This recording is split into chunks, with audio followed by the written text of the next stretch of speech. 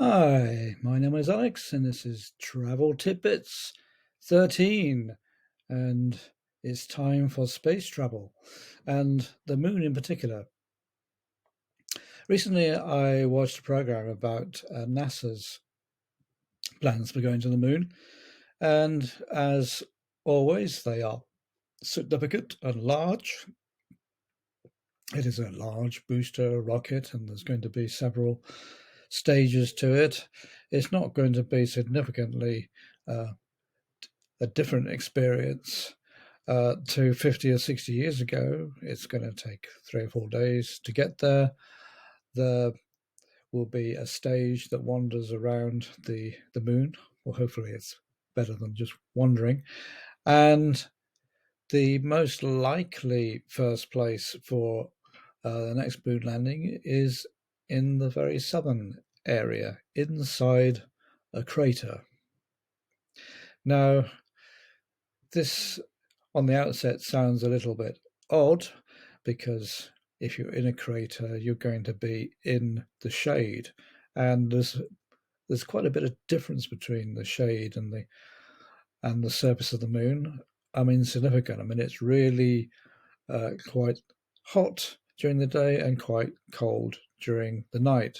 But the main problem, even with the most modern equipment, is that it can't really cope with all these significant changes. So it's better to be in the shade most of the time where you can at least uh, have some standard control throughout the day. So even though it's a bit colder, at least you need to be you need to have the heat on most of the time to keep warm.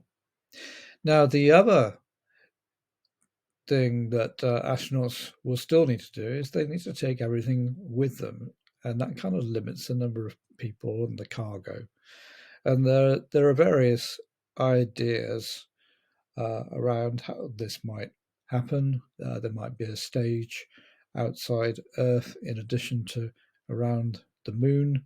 The moon section or the moon orbit is going to be the most important because it's going to be like an emergency uh, point if one needs to depart the moon very quickly.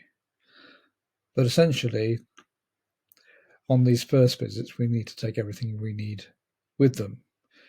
Now, there's a lot of ifs and buts about what's actually in the moon that we can use, but one of the things they're after is this thing called helium-3.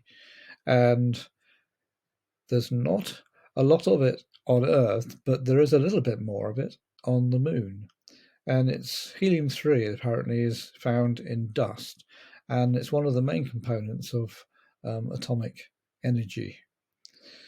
Don't quote me, but it's been mentioned as an important element. And if we can find it, it's going to mean that we can build power stations on the moon, and that's will obviously be a great game changer. The other thing about the NASA mission is that it'll still be using once only rocket stages, which in the good old days when they started, they didn't really have much choice. But of course, now there are choices on the horizon, and the man and the company that's pursuing that, a Mr. Elon Musk, has already impressed the world with reusable stages. And of course, the ultimate one, he wants to take us to another planet and miss out the moon altogether. So I shall be talking about Elon Musk in a later video. But for now, wonder what it might be like living on the moon. The accommodation of these will be slightly bigger, slightly better perhaps, but it will not be for the faint-hearted. I read that if you fall out of your I was going to say aircraft there for a minute. If you fall out of your spaceship whilst on the moon, you shouldn't really do it at all because even though there's very little gravity, when you fall in this low gravity environment, you actually speed up. So even a distance of 12 feet can be quite dangerous if you don't get out the aircraft carefully. I said aircraft. So yeah, that's very interesting. You have to be incredibly aware of the environment that you're in. So will we like it there one day? Well, if the Eden project that I went to has anything to do with it, it ought to be more interesting. I mean, I was incredibly impressed with the size of the domes they have down in Cornwall, and the fact that you can have different environments: winter, summer, desert, winter. So if you can do that there and have the right equipment, then why not? I mean, after all, eventually, even if we can't actually go outside and play with our moon dust, then at least we'd want to be in climatic zones. It'd be a lot more interesting. But the thing is, if we want it to be like Earth, everything has to go with us. So if you want things to grow, they have to be pollinated. So insects will have to come with us. And there was me thinking that we would escape being bitten by wasps or bees.